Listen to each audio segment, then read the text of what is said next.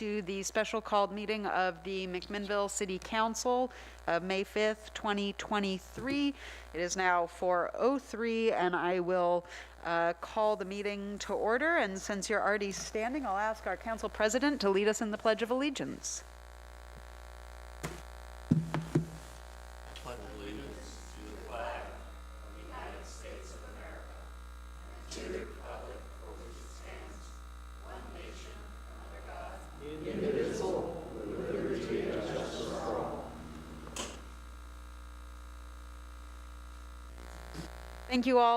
Thank you all for that are attending this evening, both virtually and in person.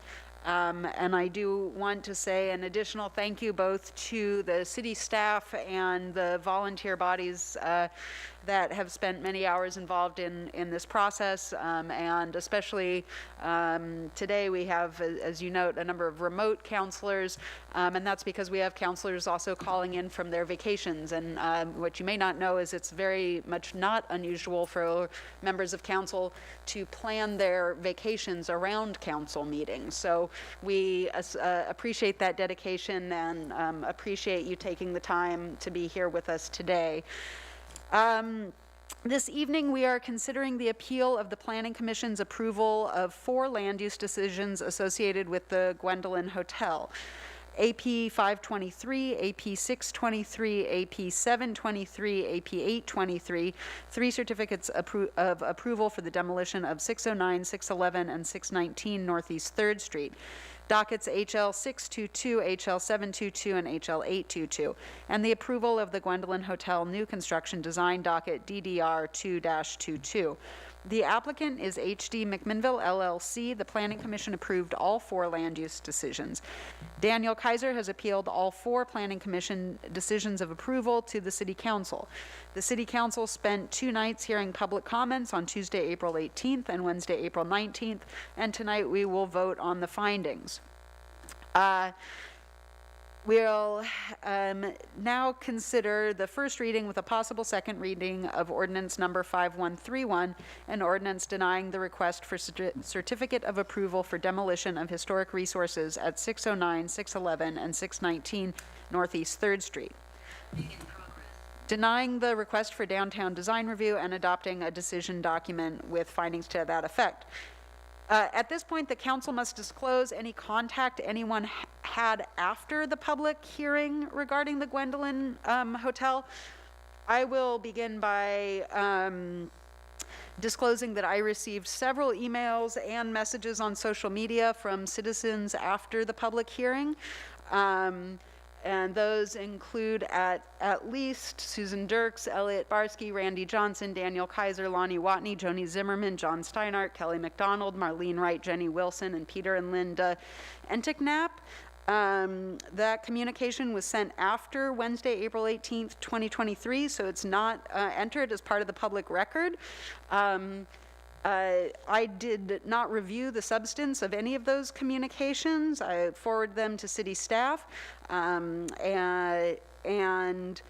with the exception of the very first email that I received before I realized the content, and I replied on that not about the application process at all, but rather about a decorum issue that was raised in the email. None of these emails or communications are playing any part in my ability to render an impartial decision in the event that I must do so. Does any counselor need to declare any contact, any ex parte contact that's happened after the close of the public hearing prior to consideration of ordinance number 5031? I'm going to go around the dais and then to the counselors on Zoom. Counselor Chenoweth. Yes, I put a post up on my Facebook page expressing the reason for my decision, and had several interactions on that Facebook page. I also had an interaction with Kim and Mike Morris, and there was no new information presented to me. None of it will impact my decision making. I will not have any judgment altered as a result. Thank you. Council President. Thank you, Mayor. I did receive an email from Kelly McDonald, Andrew Anderson, in person at my place of business from Peter Hofstetter, past Mayor Rick Olson, and 2 phone calls from David Mann and drawn a blank on the other one because I cut him off and he hung up. But it won't impact my decision making tonight. Thank you. Thank you. Councillor Menke? I received several emails. Susan Dirks was one of them. I can't remember the other. I also have had people approach me or call me and talk to me. I can't think of his name right now. The gentleman who used to be CEO of the hospital. And none of them will influence how I am planning to vote. Mayor, I should say that includes all that I can recollect. I do know I had a couple of emails that came into the councilor email, but I didn't read or ingest those. Thank you. And to our councilors on the screen, Councillor Geary? Thank you. Can you hear me? Yes. Excellent. I had an email, 2 emails, one from Mr. McDonald and Mr. Cummins that I forwarded over to staff without reading, and then I had the lucky fortune of hopping on a plane and checking out since that last meeting, basically, and so I haven't had any interactions, and I've been off of social media for the time being. So that's it, and none of that affects my decision on tonight's vote. Thank you. Councillor Peralta? Yes, I had social media contact from a person named David Barnett, kind of similar to the other folks. Nothing that was said outside of the committee meeting was different and won't affect my decision tonight. Thank you. Thank you. Councillor Payne? Can you hear me? Yes, thank you. Am I coming in? You are, yes, thank you. Okay, great, thank you. I, like many of the counselors, received social media contact from David Barnett. It was kind of on the cusp of the closure of the public hearing that was submitted to City Recorder, and there was no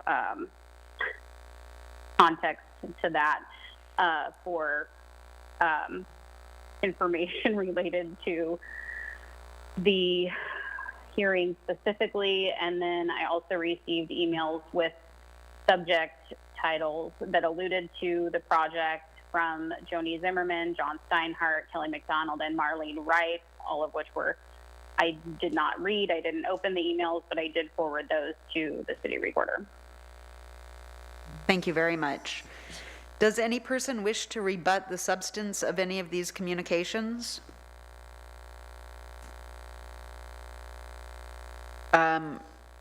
Brian Branch has his hand up. Could you unmute him, Claudia? Hi there, can you hear me? Yes, we can hear you. Yeah, I had questions for council members Chenoweth and Mankey on a few issues. May I just ask, are you rebutting the substance of any communication that they have disclosed? Correct. Specifically, and I can get into that a little bit more, and I can start with council member Chenoweth, if that is. Yes, please just state your rebuttal for the record, please. So, starting with the Facebook post, he indicated that there were no additional information presented, and in reviewing those posts, there's both on a post by him and then his responses on a post to Scott Cunningham's Facebook post.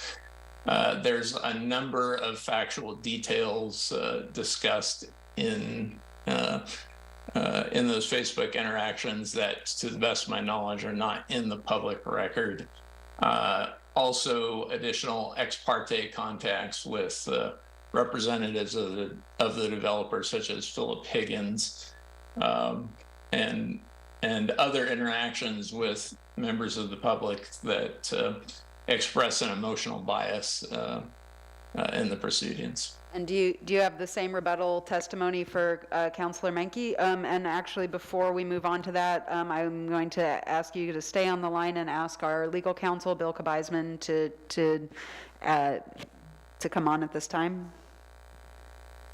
Mayor, and I want to ask I would suggest asking Mr. Branch indicated that there are several factual matters that he believes weren't part of the record. Now would be his opportunity to rebut those. This is exactly when the time is to do that.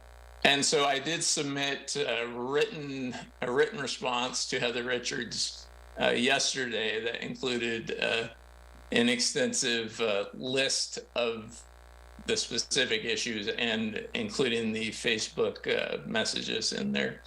And I don't know if she has passed those along to you, but I can recite them again if you would, if that's necessary. But you should have a copy of that in front of you. Yes, we do. The city has that, so you can move on if that's what you want to do. Okay, so my written information is in the record, and you have that in front of you, and I don't need to recite that. Yes, that'll be in the record. So, Okay. Bill, just to be clear on that was not forwarded to City Council. It was just forwarded to you. And in terms of process, it has not also been forwarded to the applicant or the appellant. Okay. So I apologize. It was not forwarded to the council. So what I'm understanding is the best thing would be for you to state your rebuttal testimony at this time to have it entered into the record. Is that correct, Mr. Kabizman? Is that what you would advise? That is correct, and that is rebutting the factual information that's not in the record. That would be the opportunity that you have now is rebuttal. All right, one second here, because I was relying on that written testimony, so I'll have to pull up my my notes. But And I can, Bill, send it out to City Council right now. Should I also be sending it to the applicant? And then are we also uploading it to the website for the public record altogether? Yes, since there is a rebuttal testimony, making it available. Well, since the written material hasn't been presented, it'll be presented orally. The applicant and the other members can hear it now. Okay. So do not, we not like send need it to out. proceed with my information here. Hold on one second. We just want to make sure that we are dotting our I's and crossing our T's in terms of procedure. So if you'll just hold on one second, just for us an opportunity to restate what we're going to do at this moment. Mr. Yeah. Kabizman, will you recap that, please? Sure. The written material has not been forwarded to the council and is not currently in the record. So Mr. Branch has the opportunity now to orally present the rebuttal, to those facts that he believed were not part of the record previously. Okay, so, and I just want to, for additional clarity, this is rebuttal only to any new information, so that may have come up after the public hearing. So this is not, this is nothing that was included in the public hearing. This is information, new information provided post-public hearing, and this will be rebuttal specific to those points only. Thank you. Yes. Thank you. Yes, thank you. Thank you, Mr. Branch. Please proceed. Okay. And starting with Mr. Chenoweth's Facebook post, he included a number of opinions and reasoning for... To be clear, rebuttal is to facts that were presented to the counselor. Any information the counselor provided is not an ex parte contact that would be rebuttable. The purpose of ex parte is to prevent a decision based on facts or evidence that the other party have not heard. To the extent it is the counselor expressing something that by definition is not an ex parte contact. So it would be... Sure, but my understanding of this opportunity here was that I would have an opportunity to present on bias, and bias would include information presented by the counselor that is outside the public record, which I believe is demonstrated in the Facebook post. At this point, we're talking ex parte contacts. Bias will be... Okay, so you're not, just to be clear, you're not allowing an opportunity to discuss bias at this point? This is, right now the council has declared any ex parte contact that happened after the close of the public hearing. And at this point, if any of those disclosures you feel are inaccurate, this is the time to rebut that information specifically, and as Mr. Kabizman said, social media posts that were made by counselors expressing their thinking or thoughts, that is not ex parte contact, that is communication out, not communication in. Sure, ex parte contact is one component of bias, however, and so Right now, we are only you're discussing saying ex the parte rebuttal is contact. limited to ex parte contact, and you Correct. won't include an opportunity to discuss bias. Is Right what now, I'm hearing. correct. We are only discussing ex parte contact. Okay. So several of the posts in response to Mr. Chenoweth's Facebook posts, there was Mr. Chenoweth had raised the issue of whether 2 of the historic resources had been listed for sale in 2017. One of the responses he received was from Beth Castor, who has participated as an opponent in the process. She added information concerning the listing of the properties for sale in 2017. And I won't go into extensive detail on that post because some of this information is lengthy, which is why I included it in the written materials. And then in response, Philip Higgins, a representative for the applicant, added additional factual information, and Mr. Chenoweth had responded to both to their posts, indicating that he had considered that information as part of his decision making. There was additionally a comment thread on his post discussing the cost of restoration of one of the historic structures. One member of the public indicated that any change of use of the structure would likely cost at least $1 million in renovation, possibly millions. Another member of the public indicated $1 million if there didn't need to be any seismic updates, lead abatement, and asbestos removal. And Mr. Chenoweth specifically liked that comment, indicating that he had considered and agreed with that information. What testimony are you rebutting right now? I'm sorry, what's the new information? Well, Mr. Chenoweth had indicated that he had not received additional information outside of the public record for his consideration through his Facebook posts and ex parte contacts. Anything else that you would like to include at this time? Let's see. Yeah. So, and just to clarify, Brian, if I may ask, the information that Beth Castor put on the Facebook post, are you alleging that that's new information that wasn't in the public record and part of her public testimony on April 18th? Well, correct, in that both she and Philip Higgins produced additional information, and to the best of my knowledge, that information is not included verbatim in the public record. Thank you. Any additional information that was provided that, or anything else?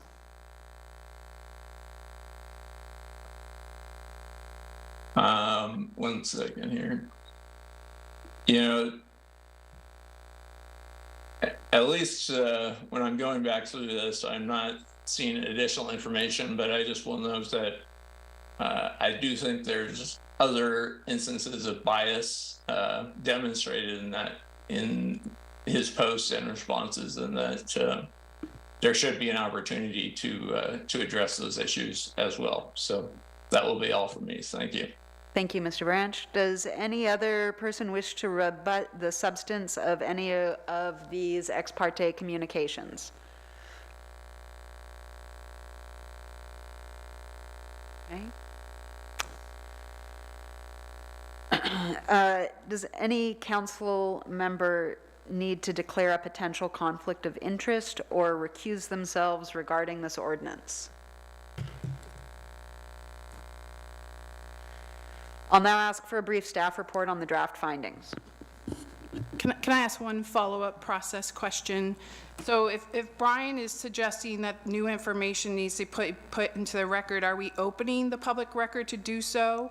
And then if we're opening the public record, don't other people have the opportunity to respond to that? And what does that do in terms of our process?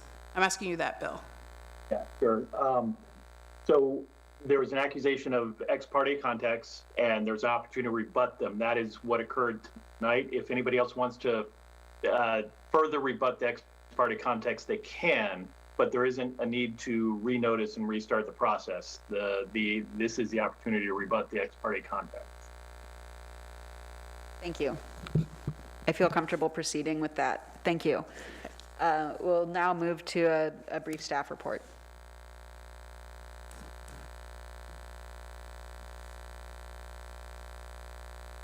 Okay, thank you, Mayor and councilors. Thank you. Take your time.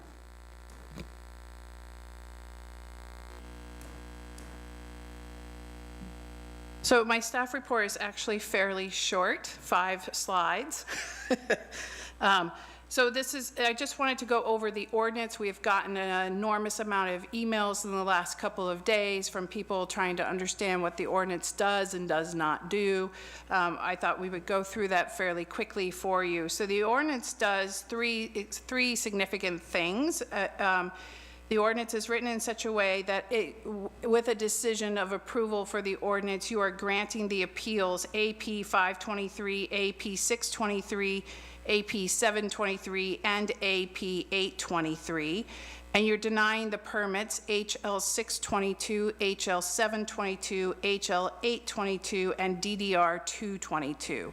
So what that essentially means is you're granting all the appeals and denying all 4 permits. Then it adopts a decision document that has findings of fact and conclusionary findings for the denial of the certificate of approval for demolition permits for the historic structures at 609, 611, and 619 Northeast 3rd Street. Though that decision document and findings were based on your deliberations and what you conveyed on April 19th as part of those deliberations. Then the third thing the ordinance does, it determines that the application DDR 2-22 is denied as well, since it is dependent upon the approval of the certificates of demolition for the historic structures at 609, 611, and 619 Northeast 3rd Street. There's a history of how this has gone through the process. I'm just entering it into the record tonight. I won't go through it. I think we're all familiar with it, some of us more than others, but it's been a journey.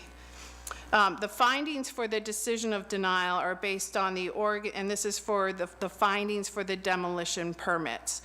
The findings are based on the Oregon Administrative Rule OAR 660-023-0200.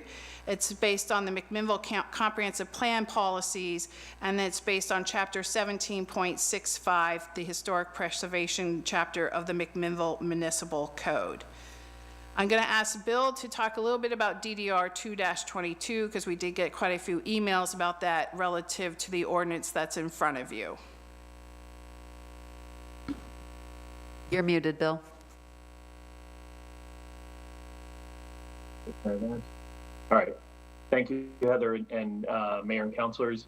Heather discussed the bulk of it, but the appeal, the applications that came in, the appeals that made their way to the council involved 4 discrete decisions, 3 demolitions of historic properties, and 1 downtown design review. They addressed the construction of the new building.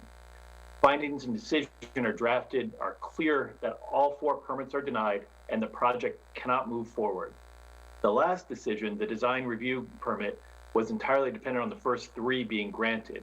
If the historic buildings aren't demolished, the construction project cannot move forward. So the discussion and testimony, the discussion at the council's deliberations on April 19th focused on the demolition of the historic property, and that's what the findings really address. When the first 3 demolition permits were denied, there's simply no reason to consider the DDR criteria, as there is no project. Should the decision be appealed to LUBA and LUBA disagrees, the council can then turn to the DDR criteria on remand. Nothing in this decision will prevent the city from considering the design of the building should LUBA determine that the city's conclusion about the historic considerations was wrong. We don't think that's likely, but that was one of the concerns that was expressed, that the city wouldn't be able to address that, and that's just not accurate. That this is dependent. The DDR decision was dependent on the denial of the demolitions, and if that somehow gets overturned, then the council can weigh in on that as well. So I'm happy to answer questions about that or turn it back over to Heather. Any counselor have any questions for our legal counsel?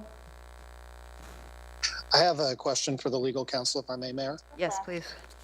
At the time the historic preservation ordinance was created, and I think this is all in the record, so I don't think it's new information, but I just want to clarify for the public record. At the time the historic preservation ordinance was created, did the city statute allow the city to prevent demolition? And when was if not, when that statute was updated, why is that not considered takings? In terms of the history of the statute, as you know, I am interim and don't have the history that maybe Heather does, and she may be able to answer that more quickly than I can.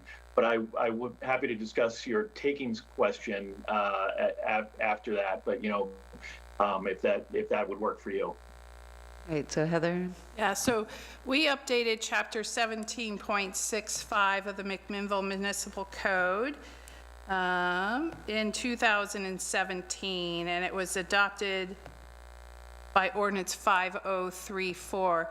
We did that at that time after the state had gone through rulemaking changes for Goal 5, which at that time they allowed for cities to consider demolition of historic properties. Prior to that, we had not considered denying demolitions of historic properties. We were only putting stays on them, so they had to wait a certain period of time. Thank you, Mr. Gebeisman. Turning to the takings issue, there's several different ways to get at takings. One is that if a city ordinance removes all economic use of a property, that would be considered a takings. And as far as we can tell, and in most situations, that's not what these types of this ordinance has done, because you do still have the right to develop. You may be able to get a demolition, you may be not. So in the abstract, there is no facial takings. It doesn't necessarily take all aspects of the property. However, in individual circumstances, as applied, the ordinance may be considered a taking, and that's going to happen each individual time.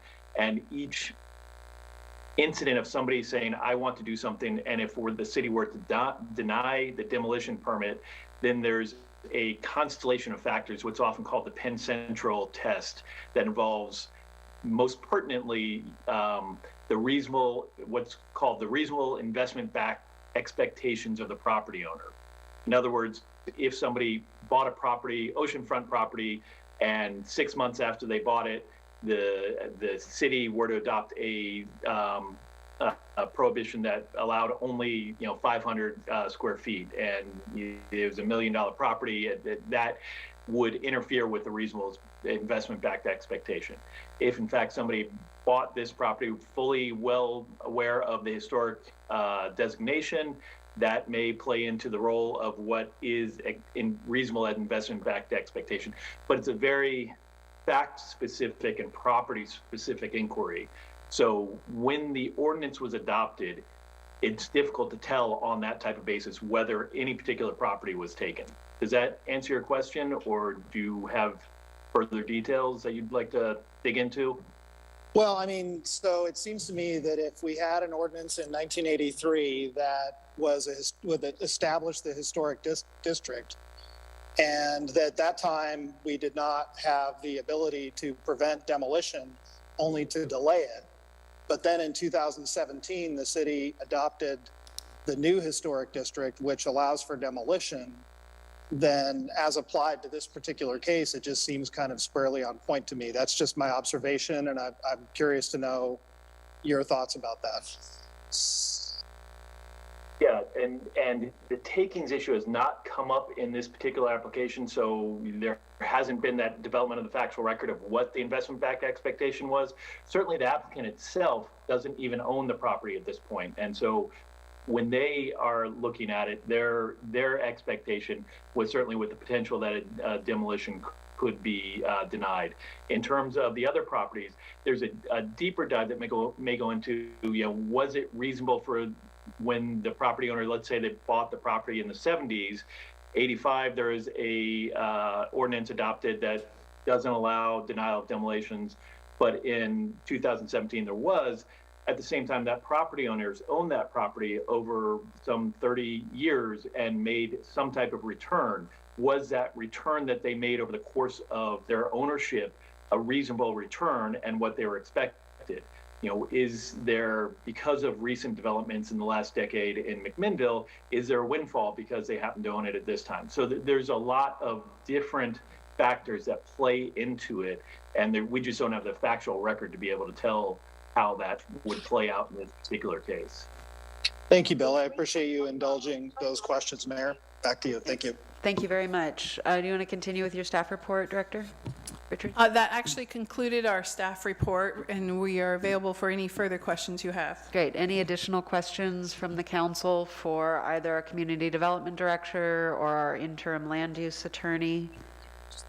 I have one question, if I may. Yes, please. Thank you. So in the record, and I don't have the packet in front of me, I apologize, I'm traveling. There was written, there were materials in there that basically described the tax consequence of adopting the, about allowing the hotel. And I'm wondering, could somebody please remind me what the dollars were involved in that? I don't know if Heather has that data. Can you ask your question one more time? You want to understand? Yeah, I just wanted to get a sense. So one of the criteria in our decision is the whether the historic resource is a deterrent to the improvement project program of substantial benefit to the city, which overrides the public interest in its preservation.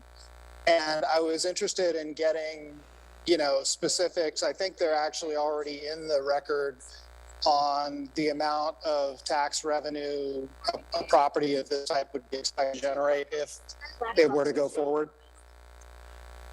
Thank you. I am not sure that specific number is in the record currently. It is in the record. So it was part of the testimony from Philip Higgins when the applicant was providing their presentation on April 18th. It was part of their oral testimony. I'm trying to find if I have anything written because I don't feel comfortable detailing the numbers from memory on an oral history, and I don't know if Claudia's done these minutes already. May I interject? Yeah, please, Counselor.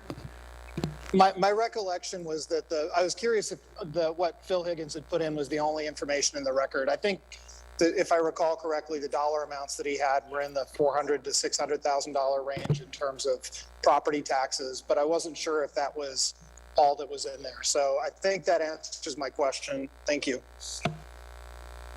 Excellent work. Answered your own question. Excuse me. I'm just going to plug my computer in here so I don't lose my counselors on Zoom. Okay, any additional questions from the council for staff at this time?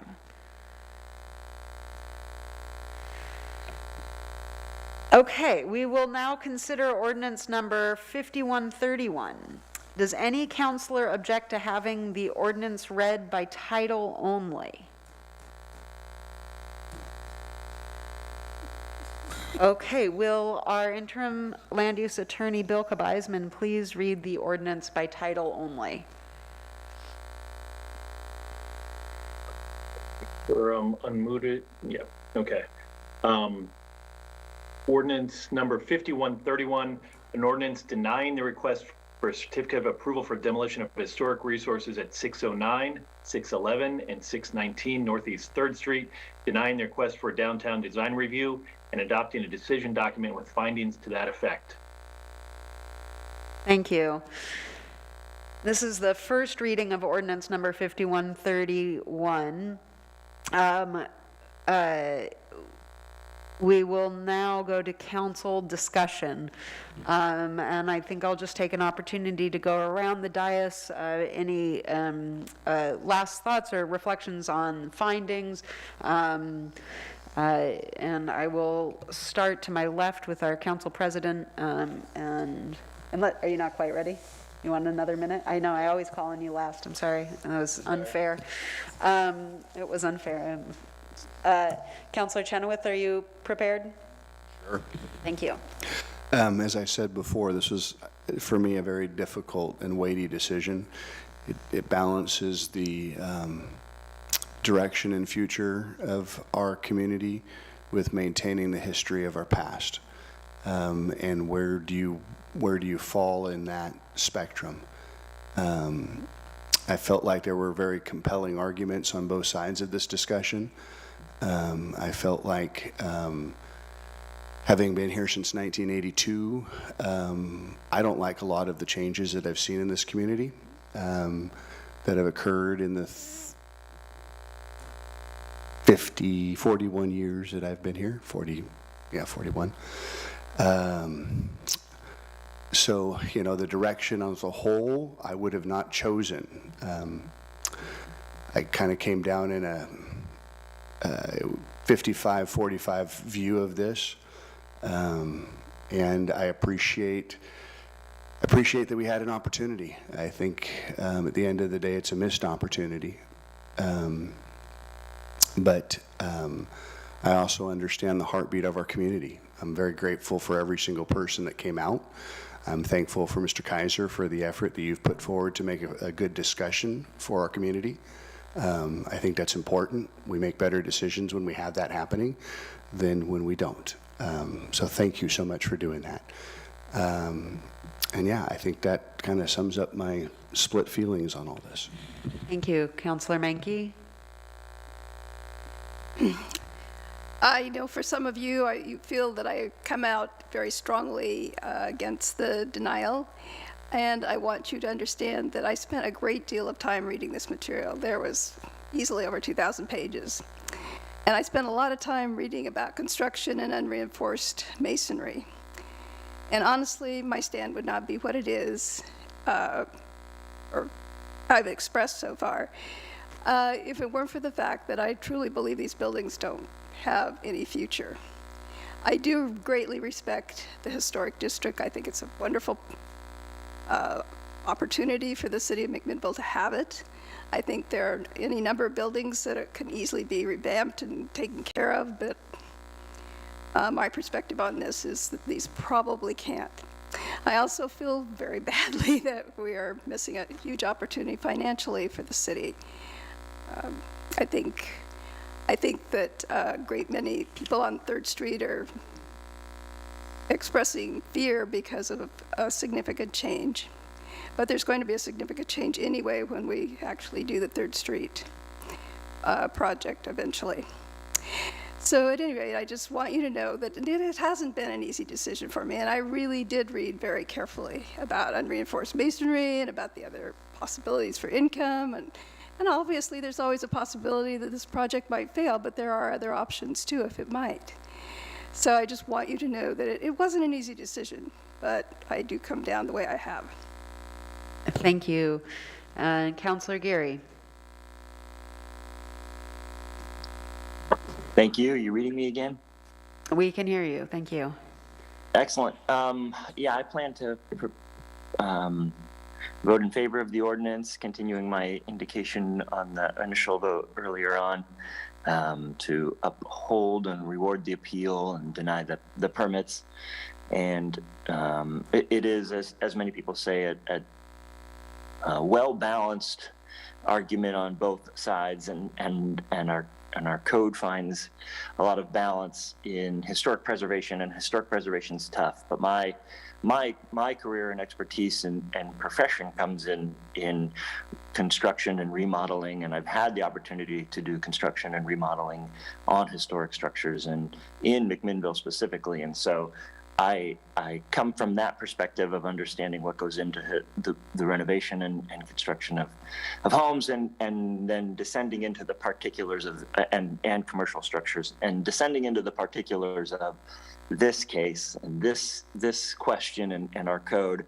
You know, I go through 1765050, starting with the purpose and all the way through, and the way I read the balance, it starts from a place of historic preservation. It starts from a place of protecting people, buildings, areas, places, historic districts, and the more I read just the simple small areas of 1765050 throughout, I see this application and the request as wildly out of balance with historic preservation and unable to meet the criteria we have. So, you know, based on the evidence that has been put out, and using the discretion of this body and as one of its decision makers, I'll be denying the request of demolition on the 609, 611, and 619.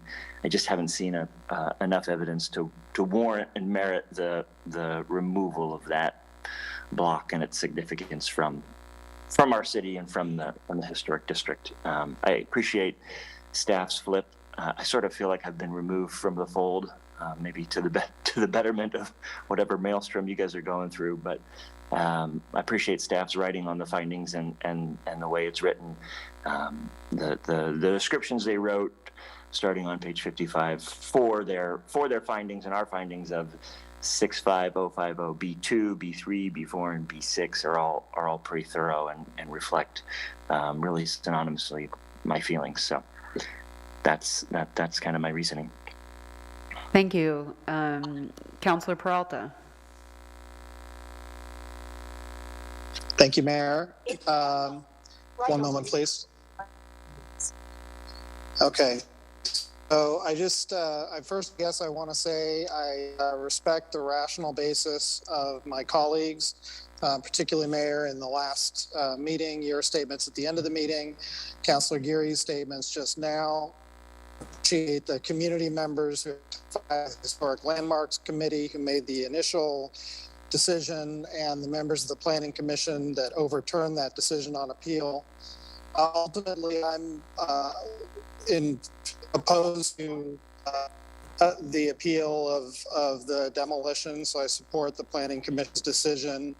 I base that on I agree with Councilor Geary's comments about the gist of the historic landmarks ordinance, but then when by which we have to make the decision, the 8 criteria that they established, I think I give more precedence to criteria 4 through 8, the physical condition of the historic resource, whether the historic resource constitutes a hazard to the safety of the public or its occupants, whether it's a deterrent to an improvement program of substantial benefit to the city that overrides the interest in its preservation, whether the retention of the resource would cause financial hardship to the owner that's outweighed by the public interest in the resource's preservation, and whether the retention of the historic resource would be in the best interest of the majority of the citizens. In my view, the facts of the criteria are sufficient for me to uphold the Planning Commission's decision. I've worked in the building. I don't believe the physical condition of the building justifies its continuation as a historic resource. In terms of the long-term public safety, I think we need to consider the benefit of the seismic upgrades that will be done. I think the overall value of the proposed hotel project to the city, $60 million, is a substantial economic benefit that justifies creating a new history that overrides the interest in retaining the structures. And I think the retention of the buildings would cause significant financial hardship to the property owners. So again, I respected the thrust of the overall. I appreciate both the staff, the opponents, and the applicants for making this a difficult decision and the strong cases that each of them made. Thank you, Councilor. Councilor Payne.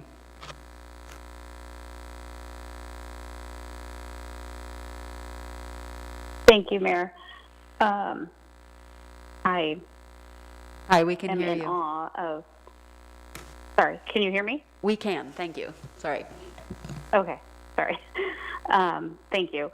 I am in awe of the same as the comments have been made about this the citizens and the cooperation, the balance, the quality of the arguments. I just want to say I appreciate the same from the council. So thank you for that. In reviewing again and again and again the criteria for the decision making, my stance is that it's very clearly stated in the Oregon Administrative Rules and the McMinnville Municipal Historic Code relating to the historic preservation. And Councilor Peralta kind of touched on this, although I'm on the flip side in maintaining my favor of the appeal, is relating to these the 8 criteria, 9 criteria, is that real property requires investment and maintenance. And I think I have some of the same relative experience that Councilor Geary does in real property and kind of the appreciation and understanding that is necessary to maybe realistic expectations of what goes into a property and those standards. And I understand that maintenance standards can be interpreted similar to a standard of living, and that maybe the standards of maintenance 20 or 50 or 70 years ago weren't the standard of today. And we can talk about seismic upgrades, but the buildings have survived well. And I still find myself going back to this clear criteria of that is for us to use in their decision making, and there's no feels about it. It's just very black and white. So I maintain my favor being in favor of the appeal. Thank you, Councilor. And Council President. Thank you, Mayor, and thank you, members of the audience and everybody that engaged in the public record. This hasn't been an easy decision for myself. I've definitely weighed the economic benefit that it brings to the city, and if it wasn't in the historic district, it would be a no-brainer for myself to move it forward. And whatever those buildings were, however old they were, if they weren't in the historic district, it would have been a pretty cut and dry decision for myself with the economic benefit it has. But being that 609 is a primary significant contributing structure, I feel that if we were to allow demolition of that building, it just takes all the teeth out of the historic ordinance, and kind of leaves me with the why do we even have that on the books if we're going to allow anything of that nature, a corner building with that primary significant title to be removed. I do still believe there is economic benefit in those buildings to the degree that the hotel would bring. I'm not oblivious that hotel is going to bring a lot more economic benefit than those current buildings do. But when you go through that 1 through 8 criteria, I land on just the slight side that they should be maintained as historic structures. And if the property owners and the applicant want to petition to have those historic natures removed from the district, and those titles removed, but they've been historic buildings until somebody came with a really big check, and now they're not historic enough now. So to me, if they've been historic enough to fly the plaque on your wall for the last 40 years, they're historic enough now to save. So for me, I'm going to move forward with holding up the denial of the demolition. Okay, thank you. Thank you to the members of council for expressing their views here. We know this has been, on one hand, an emotional decision for the community, and on the other hand, it's a land use decision, and that's what this body must act in accordance with. This is one of those times where there is a part of the criteria there is open to some level of interpretation, that there's not an exact scale to put the different decision criteria on, and so it does make it exceptionally difficult. And I think that you hear that, I think the community hear that throughout the council, that nobody took this as a light decision. While you may not agree with some members of the council, whichever way you are independently inclined, the members of the council are here to serve you. They are public servants that have spent many hours reading, deliberating, talking to staff, and have taken this decision very seriously. And so I would just again encourage the public not to lash out at individual counselors for their decision making, even if you do not agree with it. Right before this, council president and I had the pleasure of conducting interviews for the Planning Commission, and one of our applicants, when asked what they would do if there was a disagreement on the decision-making body, how would they handle that? And they started by saying, there's nothing wrong with disagreeing. So with that in mind, I will now ask for a motion to pass ordinance number 5131 to a second reading. So moved. I have a motion from Councillor Menke. Could I have a second? I'll second. And a second from Councillor Geary. Point of clarification, Mayor? Yes, sir. Thank you. Voting yes on the first reading simply moves it to the second for tonight rather than extending it to a second day. Is that correct? Correct. If the council votes unanimously, we can do 2 readings in one tonight, and that will be the end of the decision. If the council is split, then our charter states that we must separate those readings by a minimum of 24 hours, which is why we have this special called meeting today and another one on Monday, because I was not anticipating a unanimous vote. But you are correct, sir, that if the council did vote unanimously, we would move directly into the second reading of the ordinance and complete the land use application that's before us. Thank you, Mayor. I just wanted to indicate, as I've mentioned, to indicate in my comments that I'm intending to vote yes on the first reading and no on the second. Thank you. Thank you.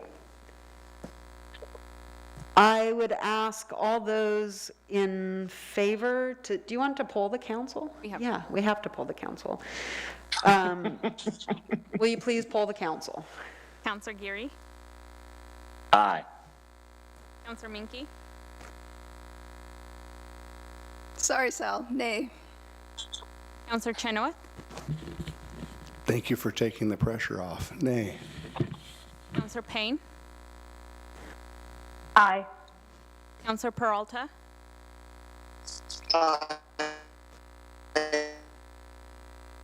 Could you repeat that for the record?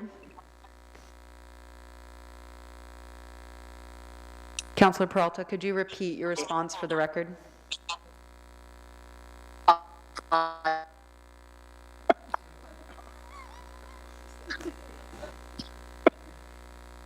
I'm sorry, Councillor, can you either put it in the chat or try one more time? Your line is a little choppy. Turn right onto South Floridian Road. Aye. Thank you. And Councillor Payne? Oh, it's not me, not my job, sorry. Council President Garvin, Aye.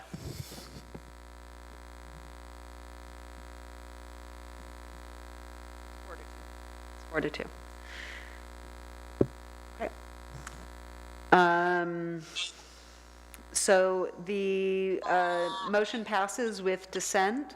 Ordinance number 5131 passes by a vote of 4 to 2 on its first reading, and will be brought back for a second reading of a special called meeting of the McMinnville City Council on May 8th at 4 p.m.